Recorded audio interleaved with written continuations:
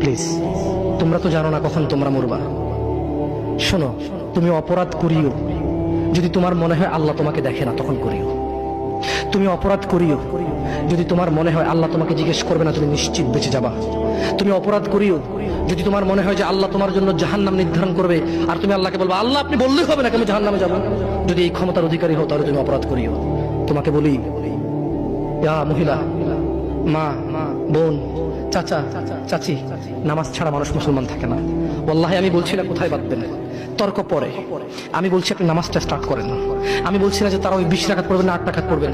আমি বলছি যে আপনি পড়েন, 2 রাকাত হইলেও পড়েন। আমি বলছি যে আপনি ঈশান নামাজ 15 রাকাত দরকার নেই, আপনি শুধু 4 পড়েন। আমি কি বলছি সুন্নাত বাদ দিতে? আমি বলছি যে তুমি পড়ছো না, শোনো, ভয় পেও না। ঈশান নামাজ 15 রাকাত তোমার উপরে ফরজ নয়। আমি তোমাকে না করছি না 15 রাকাত পড়তে। আমি বলছি যে তুমি নামাজই পড়ো না, 4 পড়ো। এই 4 রাকাত ঈশা না পড়লে তুমি মুসলিম নও। 3 রাকাত মাগরিব না পড়লে তুমি মুসলিম নও। 4 রাকাত আসর না পড়লে তুমি মুসলিম নও। দেখো, আমাকে দোষ দিও না। বুখারী খোলো, সালাত অধ্যায়ে যাও, আযান অধ্যায়ে যাও।